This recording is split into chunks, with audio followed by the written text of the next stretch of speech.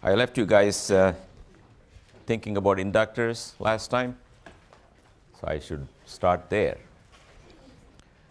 So an inductor is very different from the resistor when you start doing circuit theory. Because when you have a resistor and you connect some voltage to it,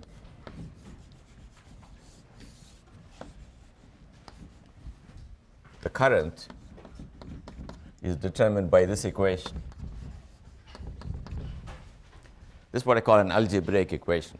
Just an equation algebra, one unknown, you solve for it by dividing, and you get I at time t as V at time t divided by R.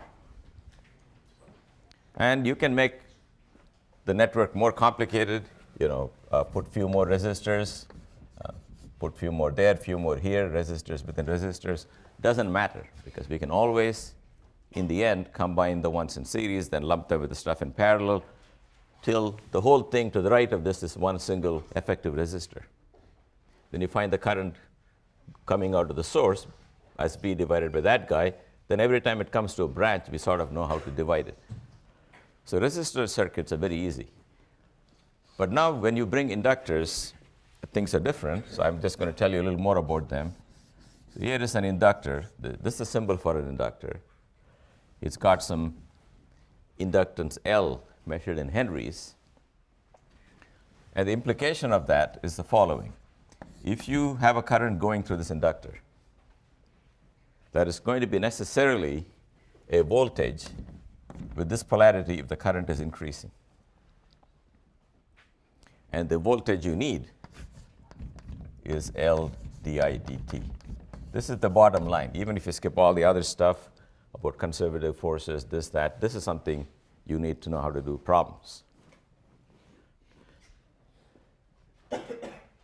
The difference you notice is that the relation between voltage and current is not an algebraic equation, but a differential equation. This is called a differential equation. You don't have to worry, because I will tell you how to solve it.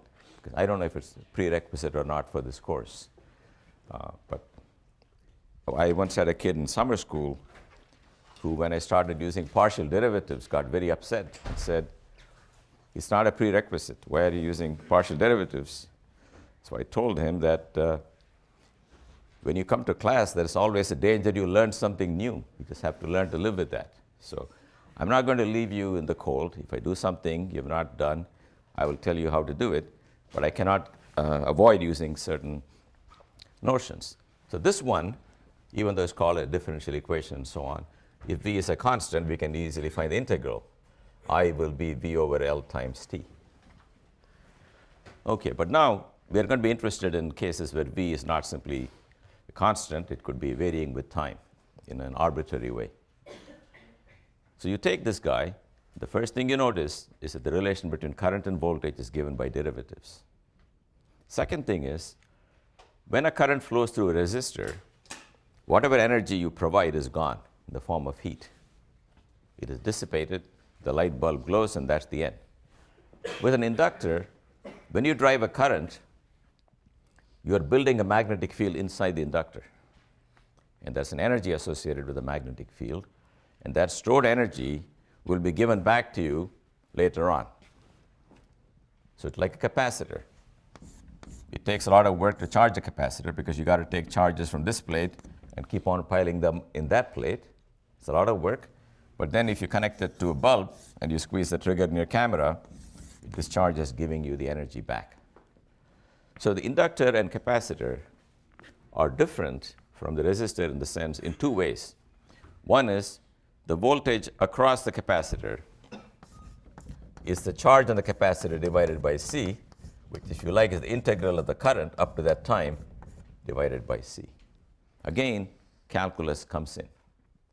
So these are the two differences. The relation between current and voltage involves either differentiating or integrating, and these are energy storing circuit elements compared to this one, where energy is dissipated. So let's start with a simple problem where I have a voltage source. I'm going to take a fixed voltage V0. There is a switch, there is a resistor R, and there is this inductor L. and I'm going to assume current is flowing this way. In which case, I'm sorry, this picture is wrong. What's wrong with this picture? What is wrong? Switch is open, okay? That's what's wrong. So nothing is flowing yet. But when I close the switch, then it's fine. So, well, now it's flowing. And the question is, what does it do? How does it flow?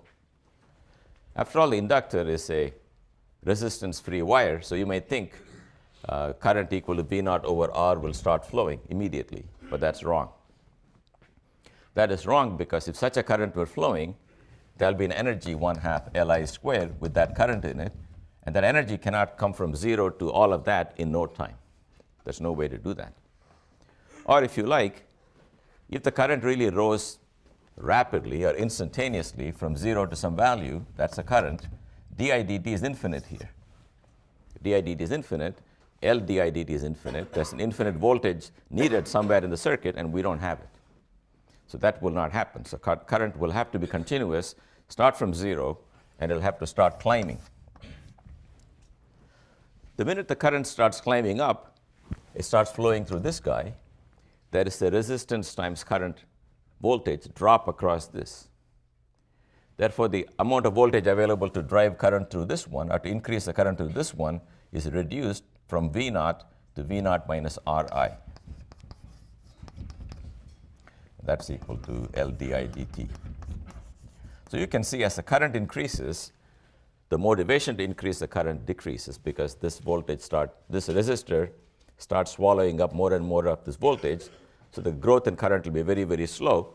And we expect that after a very long time, it will settle down at some value. What is that value? We can find that value by saying, wait till the current has stopped growing. That means di dt is 0. That current will be V0 over R, and I'm going to give it the name I sub infinity because it will turn out that you will reach that value only after infinite time. But you can get very, very close to that by waiting some reasonable amount of time, and part of what we want to do is, how long should I wait? Suppose I'm settling for 90% of maximum. When does that happen? Is it after 1 second or 10 seconds or 10 hours? What's going to decide that? Well, once you have the right equations, you can figure everything out. So we're going to do that. So basically, we're going to solve the equation L di dt. So let me show you one more time how it is done, this equation. You should know how to write it. Start anywhere you like. Go around this guy. You gain voltage V naught. Then go around this guy, you drop by an amount minus Ri, you drop by an amount Ri, and here you jump from this end to this end. Remember, you never go into the inductor. That's a bad zone. That's a zone where the potential is not even defined, but I've told you multiple times that even though there are non-conservative things going on inside this, once you come outside, you just find a regular electrostatic potential difference equal to L di dt. So you drop again, then you come back to where you start. The whole thing should add up to 0, which means the equation is L di dt plus Ri equal to V0. That's what we want to solve. So when you have this thing, as I told you, solving differential equations is a matter of guesswork. There is no algorithm. You rely on what you've seen before, and you guess the answer, you put some free parameters, you fiddle with them till everything works. And in this kind of problem, we can make everything work. Some problems we cannot solve. We can write the equations, but we cannot solve them. This is something you're not used to when you take an elementary course like this one. But there are situations, for example, inside the proton there are these quarks, and the quarks interact with each other with entities called gluons. They're called gluons because they glue the quarks and form the protons and neutrons. We know the equations governing the behavior of the gluons. We cannot solve them. It's really strange. You have an equation, but you cannot solve it. It's completely possible because certain equations, every equation has a solution, but does not mean you can write it down analytically.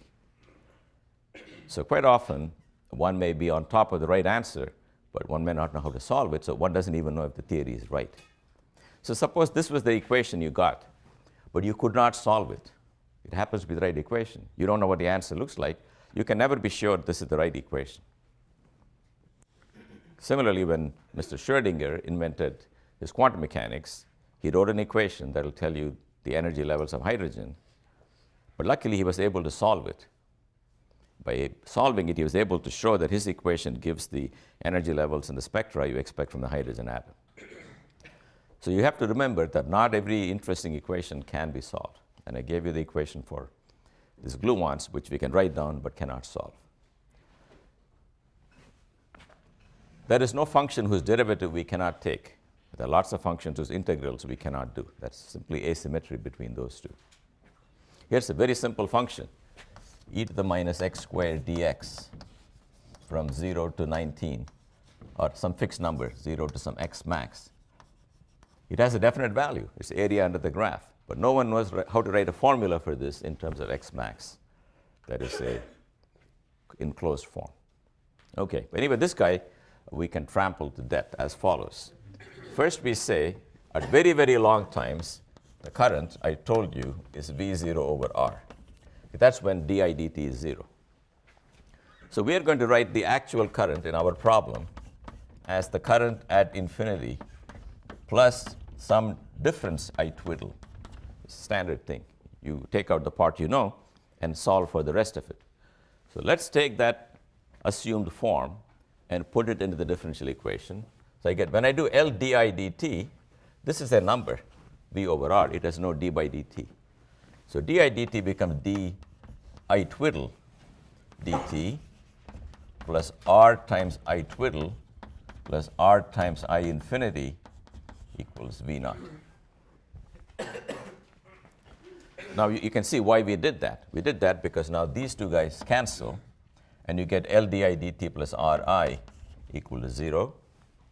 That means di twiddle dt is minus R over L times I.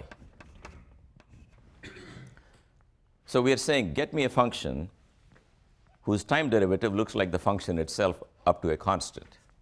And that's something we know from high school. It's exponential function. So I twiddle looks like some constant. I twiddle 0 e to the minus RT over L. You can take the derivative of this guy, and out will come minus R over L times the function itself. And I0 twiddle is completely arbitrary. That's not determined by this equation. That's another useful property to know. This is a linear equation. It means if you multiply both sides by 19, you get another solution, which is 19 times the old solution. So the solution's overall scale is not determined by the equation. If I give you one solution, you can multiply it by any number you like. It's also a solution, because if you multiply by a number, say 9, the 9 goes into the derivative, 9 comes here. You can see 9 times I twiddle satisfies the same equation. So we don't know this number just from the equation, but we go back to what we know, which is I of t is I infinity, which is V0 over R, plus I twiddle 0 e to the minus RT over L. But I know that at t equal to 0, this guy should vanish. T equal to 0, this guy should vanish, because there was no current when I just threw the switch. So that tells me that is equal to 0. That tells me I twiddle 0 is equal to minus V naught over R. And we get our final result, which is I of t is equal to V naught over R times 1 minus e to the minus RT over L. So at this level, you are really doing physics the way we like to do it. We like to study things, write down some equations, and solve the equations. Then we get a very precise prediction on what will happen. Because now we don't have to guess when the current will come to 90% of its maximum value. We can pick any number you like, because we can now plot this graph. And let's plot this graph, I of t versus t. At t equal to 0, e to the minus 0 is 1. You get 1 minus 1, you get nothing. At t equal to infinity, e to the minus infinity is 0. Yes? Over on the right, where it says I twiddle subtwiddle equals Yeah. negative V Yeah. Should I do that zero? This one? Yeah. Yeah, right, thank you. Okay, so now this exponential, which has a full strength of 1 at time equal to 0, goes to 0 at time equal to infinity. Therefore, it takes away exponentially small stuff at very large times. And if you want to know roughly how long should I wait, the answer is the time you should wait is roughly of order L over R. Because you can write this as e to the minus r, e to the minus t over tau, where tau is L over R. Whenever you have an exponential, it'll always be e to the minus a physical quantity divided by some number that sets the scale for the physical quantity. Exponentials fall exponentially, we know that. But how long should I wait? Well, if you wait t equal to tau seconds, then it'll be 1 over e, which is roughly 1 over third of the starting value, and 1 minus that will be roughly 2/3 of its value. If you wait t equal to 3 tau, e to the minus 3 is 1 over 20, then you will be what, 95%. So this is, you can calculate everything you need in this simple problem. So now let's come to the same problem. The switch has been closed for a long time, and the current is stabilized. So here is the switch. It has been closed. That's my V naught. That's R. And the current, you remember, is V naught over R. And this is L. So now I want to do something else. Now I want to open that switch.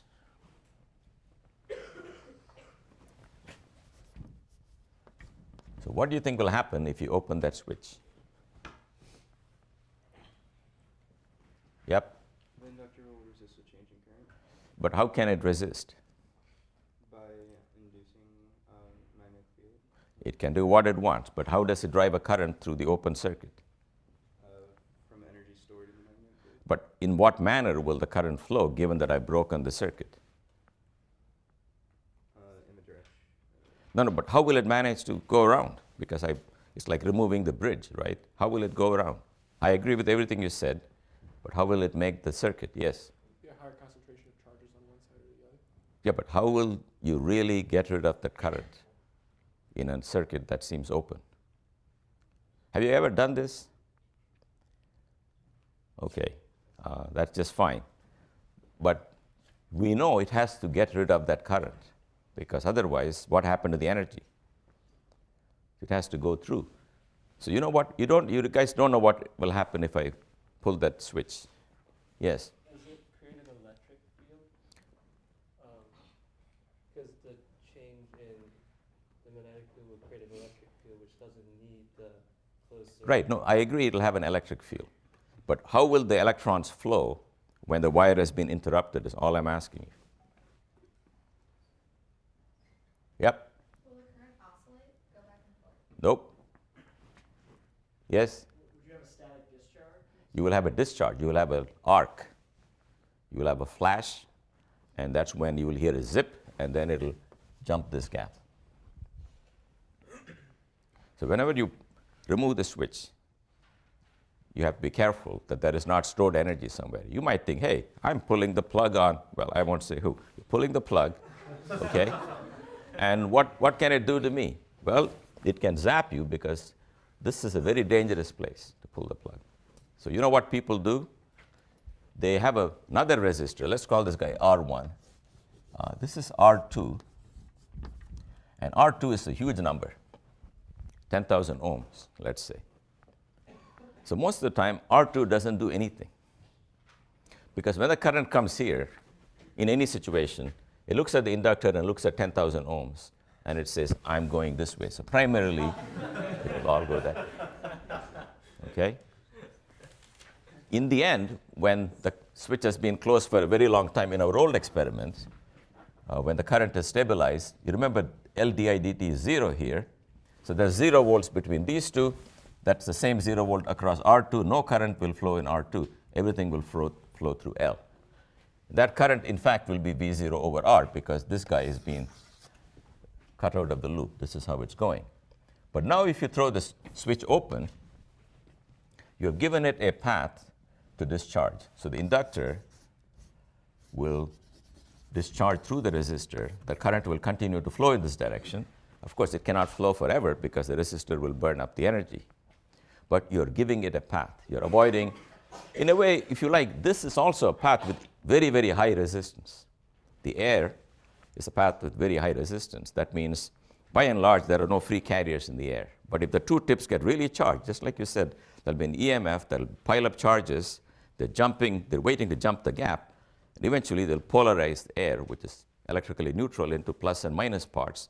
Then the minus will go one way, the plus will go the other way. You'll recognize that as a discharge. But you don't have to worry about that now because R2 will take up your current. So now the equation we write is L di dt plus Ri is equal to 0, because if you start anywhere and you go around a loop, you have no change in anything. There's no voltage. And the answer to this one, R2, therefore I is equal to I0 e to the minus R2 over L times T. So now the current will decay exponentially. Again, with the time constant, R2 over L, which is the 1 over the time constant, or the time constant is L over R2. So you put L in henries and R in ohms, you'll get some time.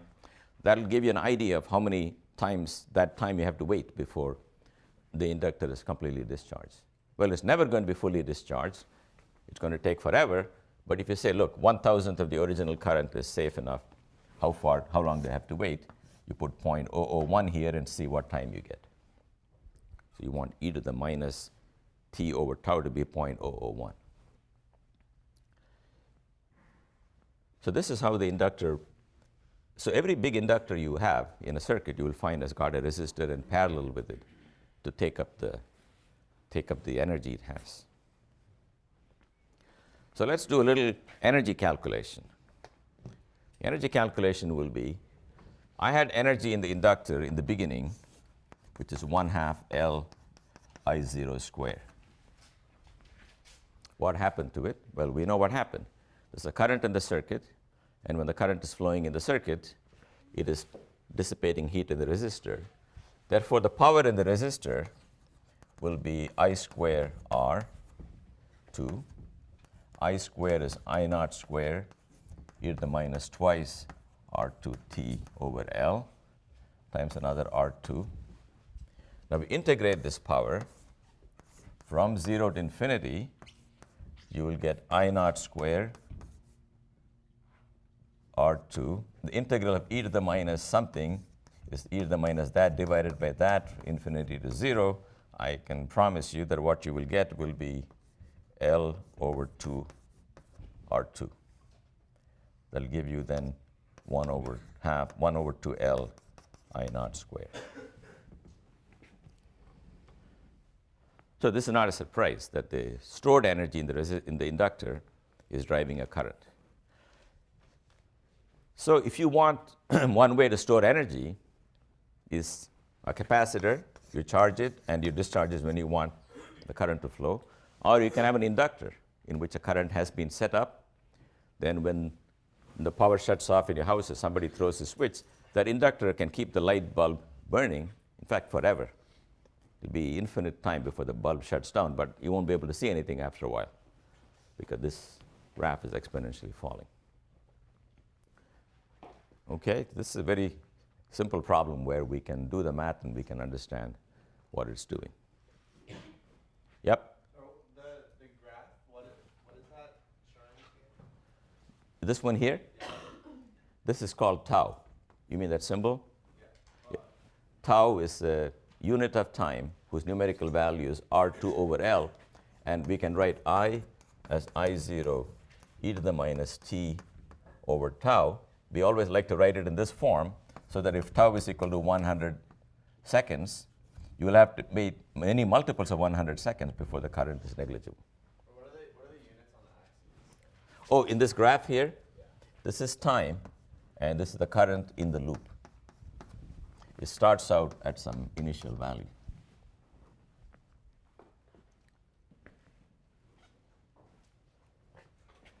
Okay, now I'm going to do the next slightly more complicated circuit, and that is an LC circuit.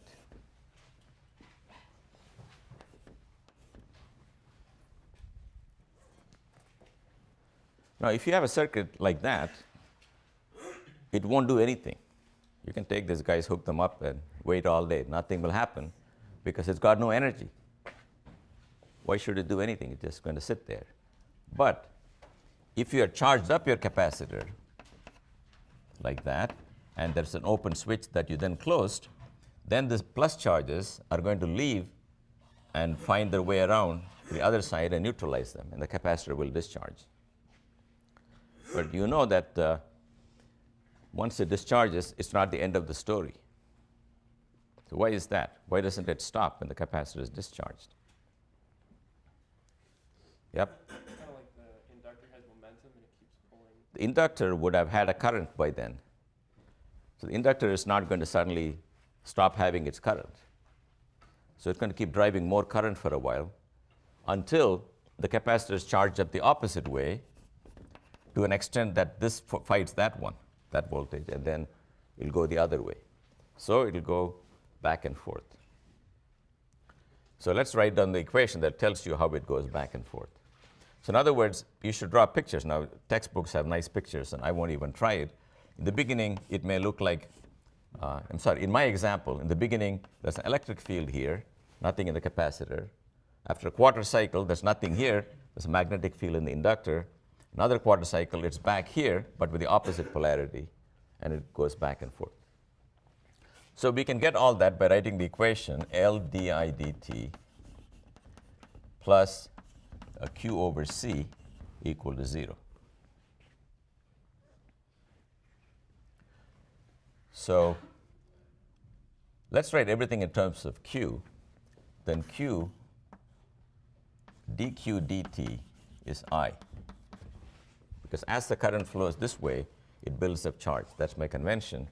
So I can write it as L d2q over dt squared plus 1 over cq equal to 0. Now, we have seen exactly this equation before, right? We saw the equation for a mass coupled to a spring, the equation m d2x over dt squared plus kx equal to 0. There we know what it does. We know it oscillates back and forth. And L, this is an SAT question. L is to M what 1 over C is to K. It's very useful to bear in your mind this analogy, because mathematically, this equation and this equation have exactly the same solution. It's no more difficult to solve this one than that one. This may involve electric charges, that may involve masses. You don't care. So mathematically, here's an equation. Cow times d2 dog over dt squared plus, let's say, elephant times dog equal to 0, where dog is a function of time, has exactly the same solution. Because what does it matter what you call the unknown variables, right? But you got to tell me that cow and elephant are time independent, and dog is the only thing that depends on time, because otherwise the equation is not the same. So here m and k don't change, L and C don't change. So what's the answer to this one? Once again, it's a differential equation. You write dq dt squared is minus 1 over LCQ, and you're asking yourself, give me a function which, when I differentiate twice, looks like itself. There's always the exponential. There's also sines and the cosines, and you can take any combination you like, and the one acceptable solution is some constant a times cosine square root of 1 over LC t. Is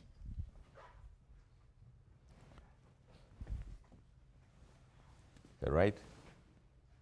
Yes. If you take two derivatives of q, you will pull 1 over root LC each time. Then you will get a minus sign when cosine becomes minus sign, and one more derivative will bring it back to minus cosine. So this is called the frequency, which is 1 over root LC. That's the analog of square root of k over m. Anyway, this will oscillate. It's a mechanical analog, this electrical analog of the mechanical problem. So I don't want to do too much of this because I think you should be quite familiar with this, at least the oscillatory behavior of this. And the analogy is perfect. For example, to say that I pulled the mass by 1 meter is to say that x was given a non-zero value and dx dt was 0. Analogous thing here will be q was given a non-zero value and dq dt, which is I, is 0. That means the capacitor was charged, the inductor was not carrying any current. Then I let it go. What happens? The problems are identical. Yep. When you solve the differential equation, why did you omit the sign? Ah. Sign also. Yes, so I should explain to you. That's an important point. So q of t can be one number cosine omega 0 t. Omega 0 is this guy, plus another number sine omega 0 t. And both are acceptable. And the property of this differential equation is if I have one answer, cos omega t, and another possible answer, sine omega t, then any constant times cos plus any constant times sine is also a solution. You can verify that. If you have one solution, q1, a second solution, q2, you can add the two equations, and you can show q1 plus q2 obeys the same equation. Not only that, suppose there's one problem you solve. Dq 1 over dt squared is minus omega naught squared q1. That is some function of time. And here's another function of time, obeying the same equation. Now you can multiply this by a number a, and you can multiply this by a number b. Take the a inside the derivative, b inside the derivative, and add the two sides. On the left-hand side, you will find the second derivative of aq1 plus bq2. Right-hand side, you will find omega naught squared times aq1 plus bq2. That means aq1 plus bq2 obeys this same differential equation. This is called superposing two solutions. If you've got one solution, another one, you can multiply one by a constant. It's very important it's a constant because that's what lets you take it inside the derivative. Therefore, the correct answer here is really a cosine omega t plus b sine omega t. And you can ask, why did you write a cosine omega naught t? First of all, that's not a good solution. I can put a phi there, which is arbitrary. And it's not hard to show. Let me call that c if you like, c. This can be written as c cosine omega naught t minus phi. In other words, it's possible to take either a solution with a cosine and a sine with no extra phases inside to another one with one amplitude and one phase. That phase is the delay in the cosine. Anybody here has trouble who does not know the details? I'll be happy to explain why that's correct. If you don't know, you should tell me now. You can check that if you take this thing, make a right angle triangle with A, B, and C, and an angle phi here, then A can be written as C cosine phi, and B can be written as C sine phi. And that just happens to be cosine omega t minus phi, just from some trigonometry. So the differential equation with the second order in time will always have two unknown parameters in it.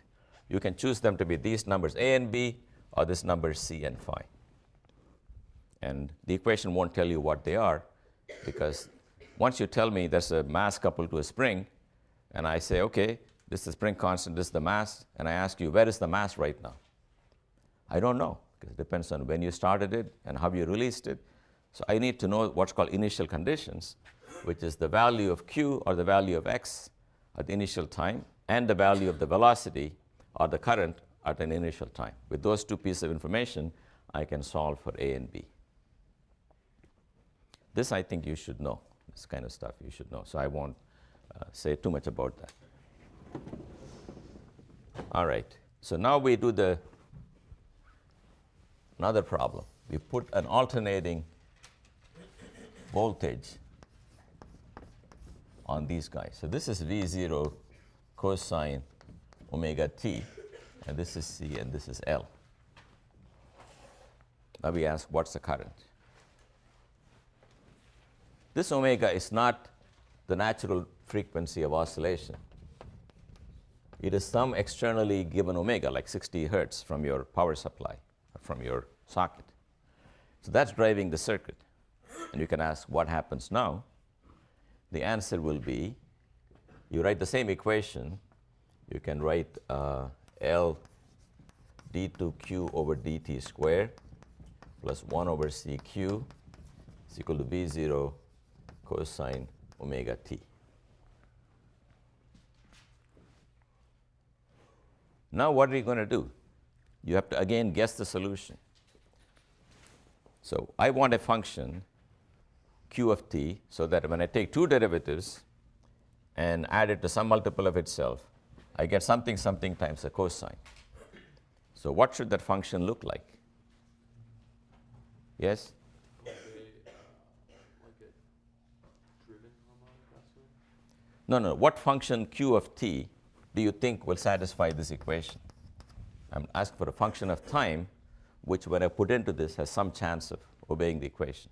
What's the functional form? Yep. Cosine times a constant.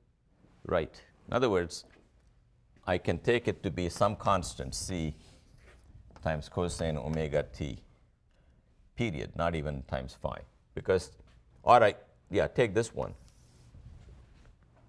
See what happens now. When you take one derivative, you get minus omega L c cosine omega t. When you take another derivative, you get minus omega square L square. I'm sorry, this becomes sine times cosine omega t. And this one is just, oh my God, this is my nightmare. You can see the nightmare now? How many people see the nightmare? Yes? Yes. So I picked that C to be the same as this C. So we'll put a hat on this guy so we can tell them apart. So it's C twiddle over C times C twiddle is V0 cosine omega t. And what this tells you is, if you take two derivatives, I'm sorry, this is so sloppy. If you take two derivatives here, you will get plus omega square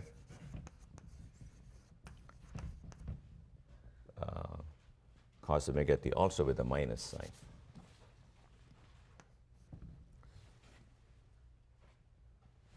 Q over C.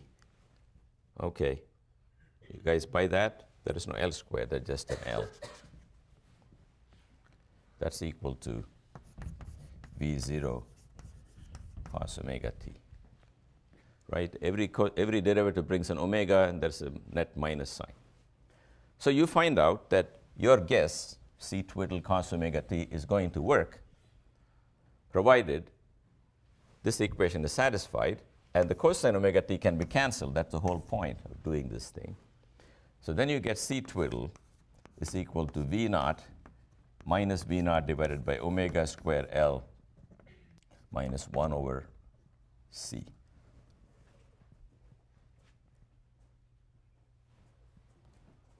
Or if you like, minus V naught over L divided by omega square minus omega naught square. Don't worry about the numerator. Look at the denominator. The denominator says that if your driving frequency is equal to the resonant frequency, C twiddle blows up. That means when a system has got a resonant frequency, yep. Where did the omega squared come from? I took two derivatives. Oh, here. Oh, I'm sorry. Yes, thank you. You know, it's good to do these things slowly and not rely on what you heard somewhere. So let me do it for you again. I'm sorry about that. So this time I take two derivatives. Each one brings an omega. There's an L. And the minus sign comes because the cosine becomes minus sign. Differentiate one more, you get minus the cosine.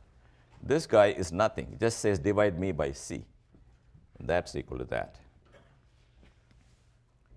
And then I wrote 1 over LCS omega naught square. Thank you very much. Okay?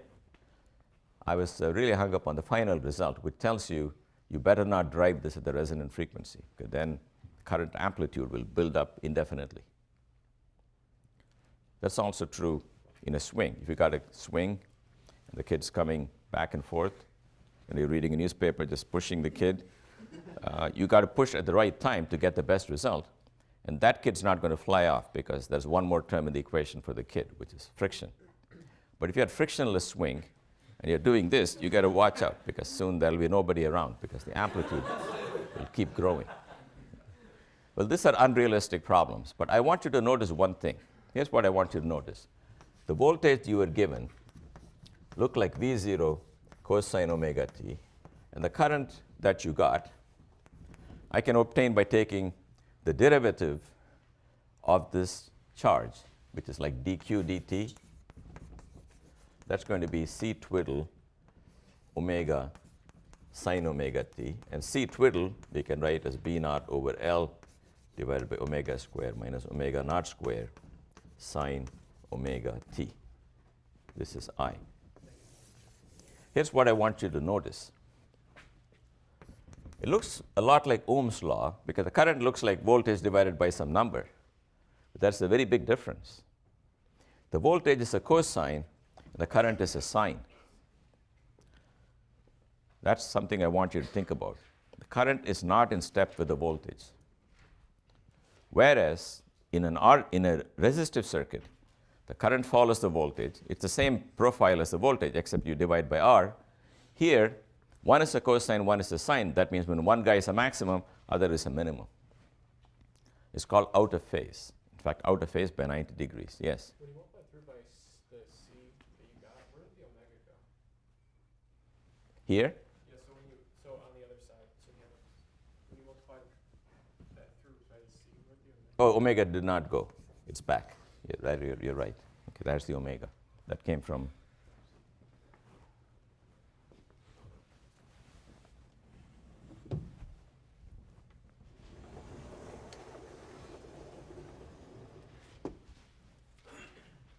Okay, these problems, the only thing I'm focusing on right now, I would say of all the things I wrote there, to be the most important thing is number one, this is what I want you to bear in mind. That's why sometimes not paying attention to some constants. What is important to notice is that this is an equation you can solve by inspection. Why was it easy to solve it by inspection? Because you are trying to get, in the end, a cosine to balance the right-hand side. You're trying to find a function which is itself a cosine or whose second derivative is a cosine. And we know the answer to that is a cosine. So we can guess the answer. Once you guess the answer, you put it in and you analyze the solution. You notice also that the current and the voltage are not in step. One is a cosine. You know what the cosine does. It does that. Other is a sine. So they are out of step.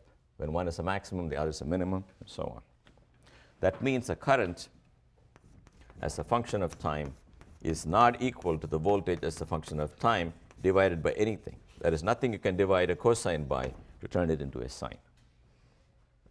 Whereas with resistors, you just divide by R, you get the current. Good. Now for the more realistic problem. The realistic problem has got a capacitor, an inductor, and a resistor, and no other power supply. The equation obeyed by this one will be L d2q over dt squared. That stands for L di dt plus R dq dt plus q over c equal to 0.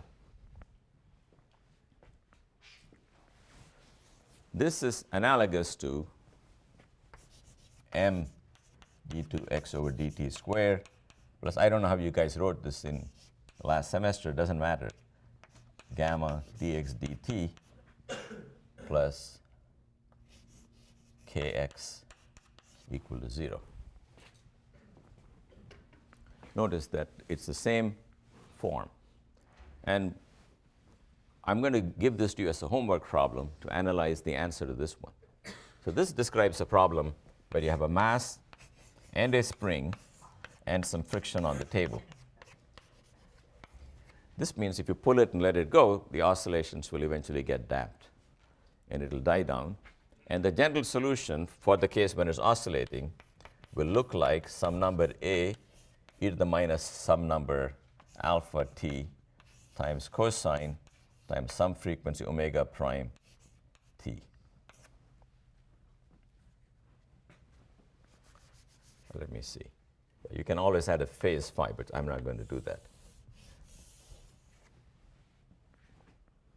If you want, you can put an extra phi, but I will choose my origin of time so that I don't have that. This is what the answer is going to look like, where omega prime and alpha are going to be controlled by L, R, and C. That's the thing I don't want to do in class. Have you seen this before? Professor Harris tells me you have seen this last time. And the hints in the homework will guide you on how to do this. You just assume the solution x of t looks like some a e to the minus, I don't want to call it alpha now, it's beta times t. You put it in the equation and solve for beta. And you'll find beta will have a real part and an imaginary part. And you have to combine the two to get this answer. Okay, now that brings me to another thing. So I don't know how prepared you guys are for what's about to happen next, which is the use of complex numbers. So everybody familiar with complex numbers? Who doesn't know complex numbers? How do you do your taxes? So you don't know imaginary numbers? So I will tell you, I'll give you a lightning review. I'm assuming everybody has seen them in high school. I will only tell you the part you need. But I'm going to assume that I can use them fluently. Okay? I don't want to stop every time and worry about you guys. So I really need a show of hands. Anybody never seen x plus iy and x minus iy? And how about e to the I theta? You know that guy? Okay, that's all you need. So I'm going to tell you what the deal is. So everyone knows what a complex number is. We know I is square root of minus 1. Then we know that we can write a complex number as x plus iy and visualize it in the complex plane where you measure x this way and iy is measured that way. That's usually called a generic complex number z. But now, let us find the length of that. The complex number is a single point in the complex plane. The length of that is square root of x squared plus y squared. So I can also write z is x divided by square root of x squared plus y squared plus I times y divided by square root of x squared plus y squared times square root of x squared plus y squared. Just done nothing, just rearrange stuff. This is going to be called the modulus of z. And what is this? If this angle is theta here, this is really cosine theta plus I sine theta times modulus of z. And that, thanks to this great identity by Euler, is e to the I theta. Now, I don't know how much you know about this great formula that relates e to the I theta to cosine plus sine. How many people know where it comes from? What does it mean to raise e to a complex power? You know where it really comes from? Yep. Come from power series. Turns out you can write a power series for cosine.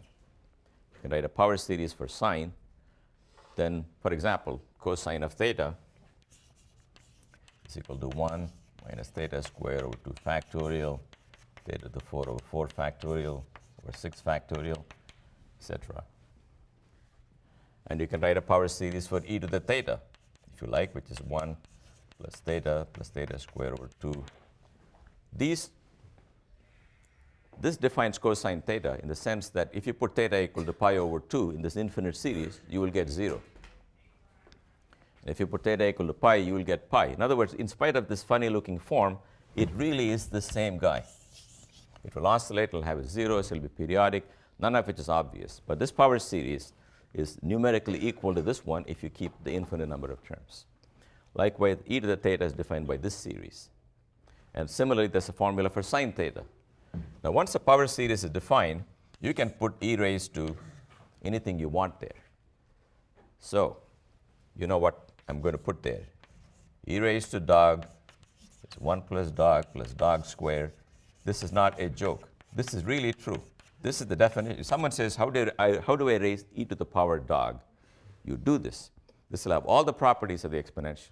It doesn't matter what's in the exponent. That's the key. People originally put real numbers. Then they put complex numbers. Now they put matrices, operators, anything you want. E raised to anything you formally define to be this infinite series, provided the infinite series converges and gives you a meaningful answer. In that sense, if you put e to the I theta here and compare the result to cosine theta plus I sine theta, it matches. So that's all. I'm just going to keep using that result. Then you should also know that for every complex number, there's a complex conjugate, which is x minus iy. That means I goes to minus I. That means z, this angle theta, will change to minus theta. And given any complex number, the real part of z, which is x, is z plus z star over 2. And the imaginary part of z, which is y, is z minus z star over 2i.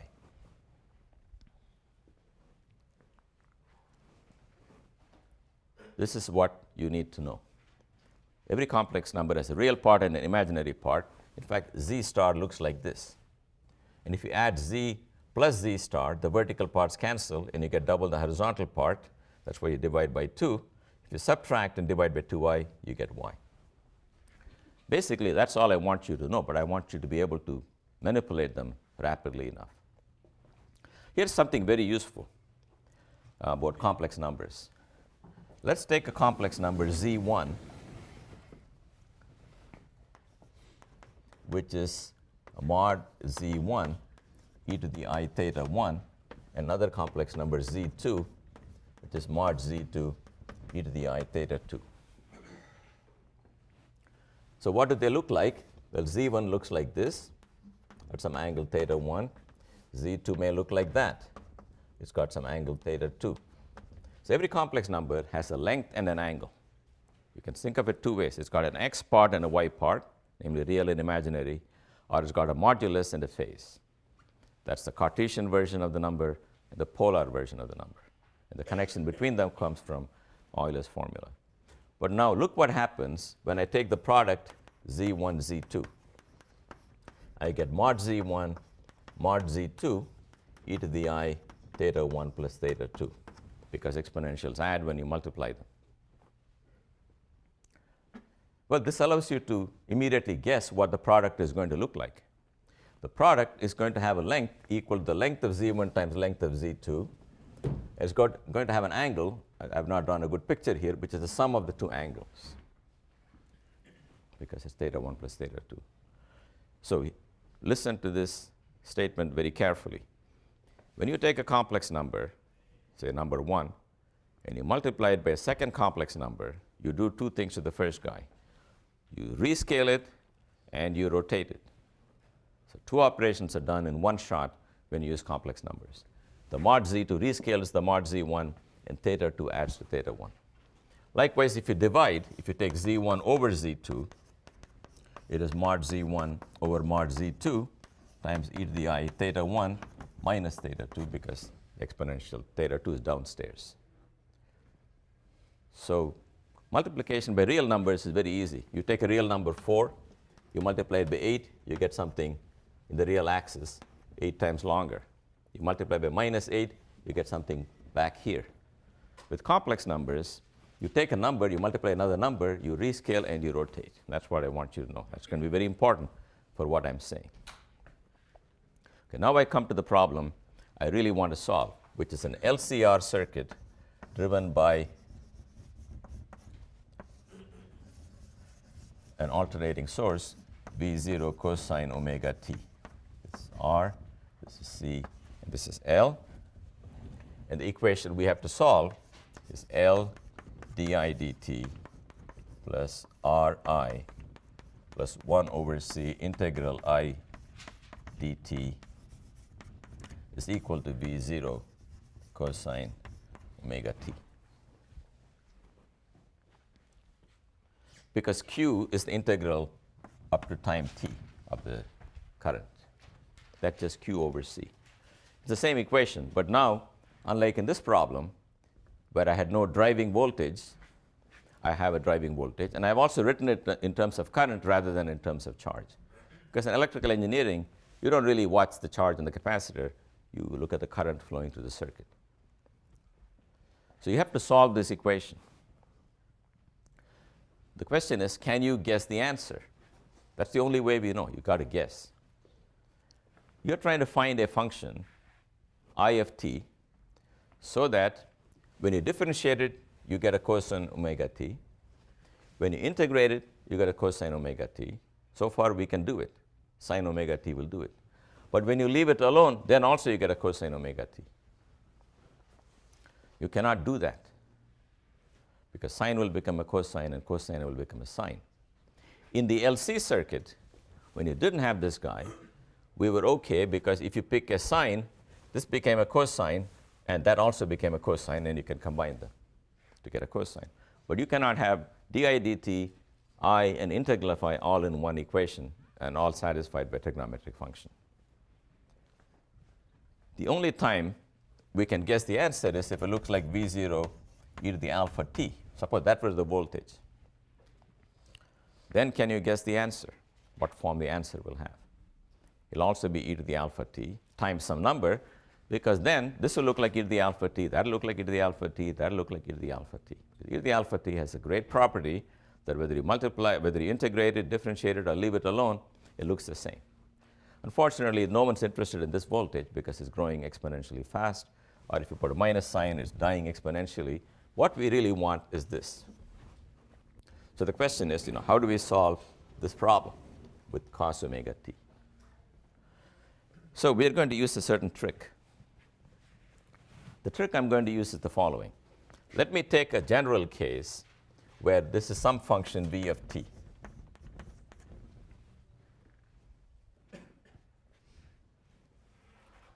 Then, where I'm not even assuming v is real. I'm not assuming I is real, but L and R and C are real. Everything else can be complex numbers. Now, once you have an equation and you found a solution, if you take the complex conjugate of both sides, they will still match. Do you understand that?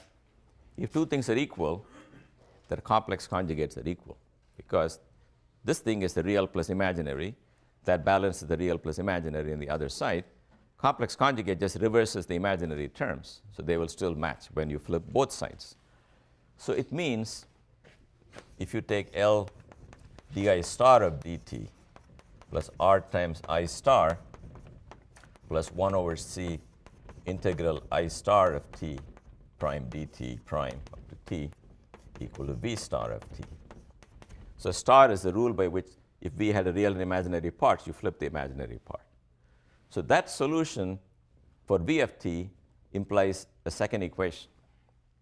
In other words, if the voltage V drives a current I, the conjugate of the voltage drives the conjugate of the current. That simply follows from the equation. It comes from the fact that when I conjugated it, L, R, and C are real. Do you understand that? Suppose L were imaginary or had imaginary part, then I must also put a conjugate on L. Then I star obeys a different equation, because this had L in it, this had L star in it. But if everything is real, I star obeys the same equation when you have a V star driving it. I'm almost done now. I want you to add the left-hand side to the left-hand side and the right-hand side to the right-hand side. And what do I get? Well, if I write it here, you may not be able to see it. Let me put it here then. If you add these two, you get L d by dt of I plus I star plus R times I plus I star plus 1 over C integral of I plus I star dt is equal to V plus V star. This again comes because the equation is a linear equation. You can always add the left-hand side and the right-hand side to get another problem where the driving voltage is V plus V star and the driving current is I plus I star, etc.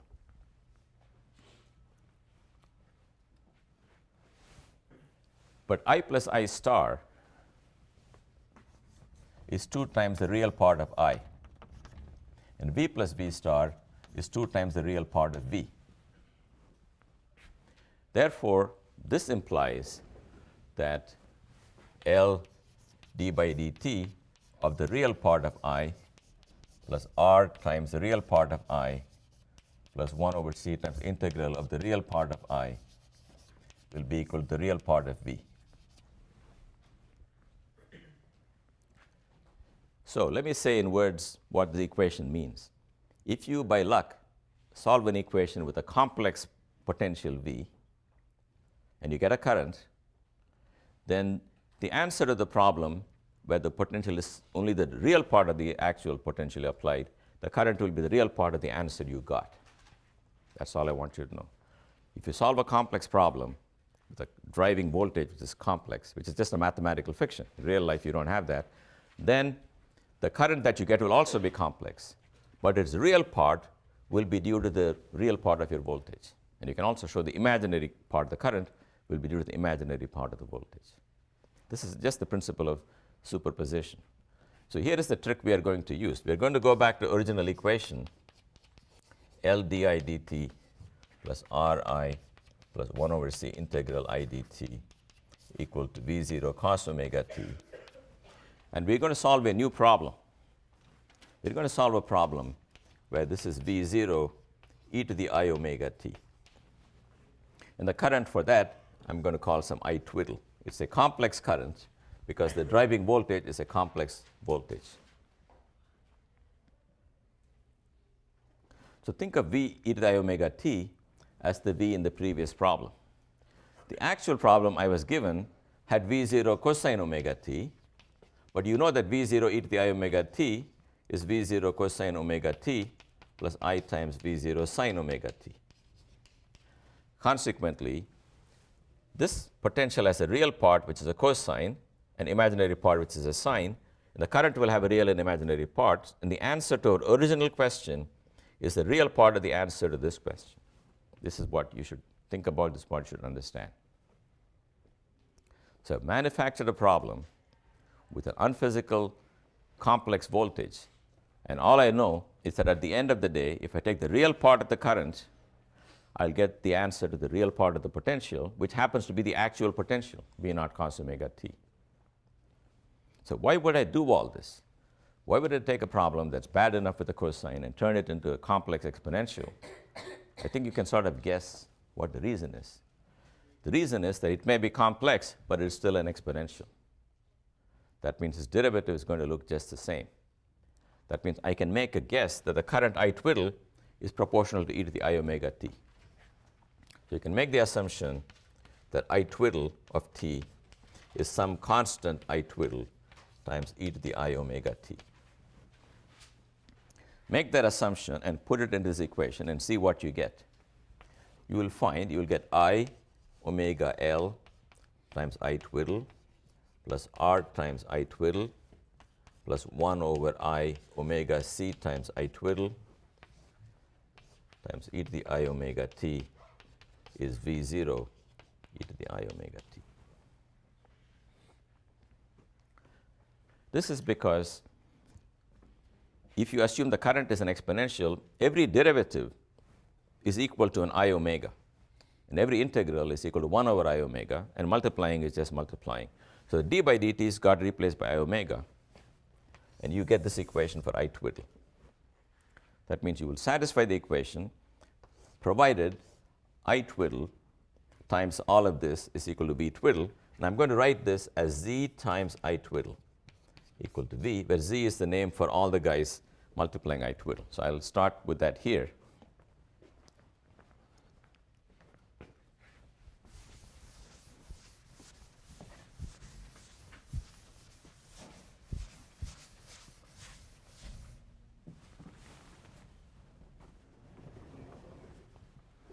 Okay.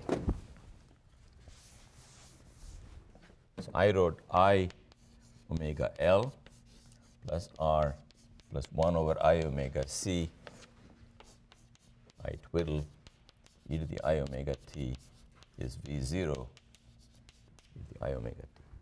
Everybody get that?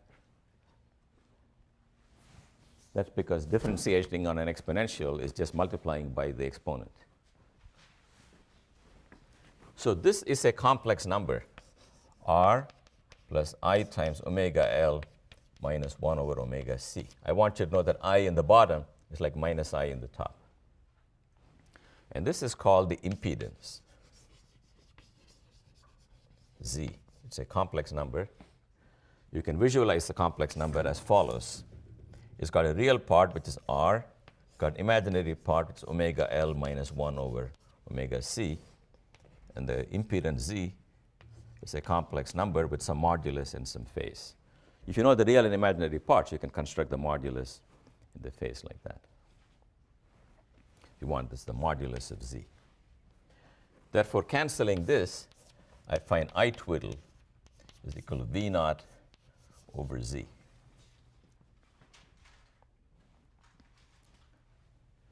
That becomes V naught over the modulus of Z times e to the I phi, where phi is this angle defined by tan phi equal to omega L minus 1 over omega C divided by R.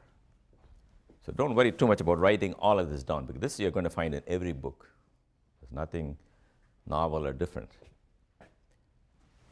So this is the formula for I twiddle. Now I itself, you remember, is equal to the I twiddle of 0. I'm sorry, this I twiddle of 0. Did I define it that way? Yeah, I should write it, I'm sorry, should write it as I twiddle of 0. There's a subscript 0 there. Because the full I twiddle has got e to the I omega t in it. That looks like V0 over mod Z times e to the I omega t minus phi.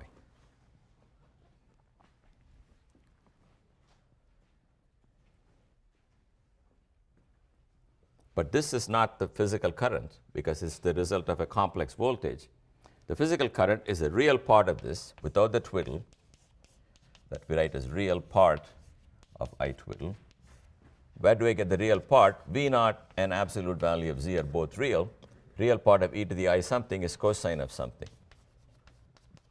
And that's our answer. That's the final answer you get.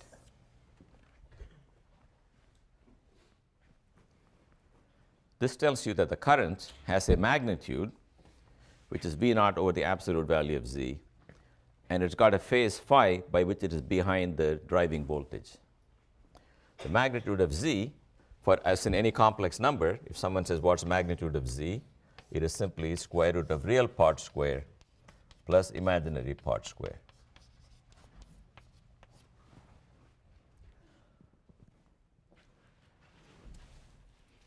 So I want you to think about the magic of complex numbers. Your final answer has a current which is a cos omega t minus phi. Your driving voltage is a cos omega t. There is no way you can divide the voltage by anything to get that current. But in the complex language, the complex current is the complex voltage divided by the complex impedance. How does that happen? That happens because the impedance Z has got a magnitude and a phase. Therefore, if you had a voltage V naught e to the I omega t, and you divide by mod Z e to the I phi, that becomes e to the minus I phi upstairs. You're able to change the magnitude, and you're able to change the phase by dividing.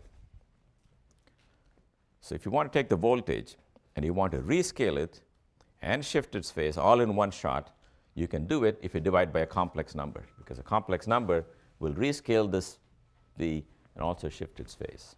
And then you take the real part. In other words, cos omega t divided by nothing will give you cos omega t minus phi. But e to the I omega t, when divided by e to the I phi, will in fact give you e to the omega t minus I phi. So that phase shift you can produce only by dividing with a complex number. So I'll come back and explain to you a little bit more on how you do circuit problems using the complex impedance. But I think it'll be helpful for those of you who don't know complex numbers to get used to this part of it.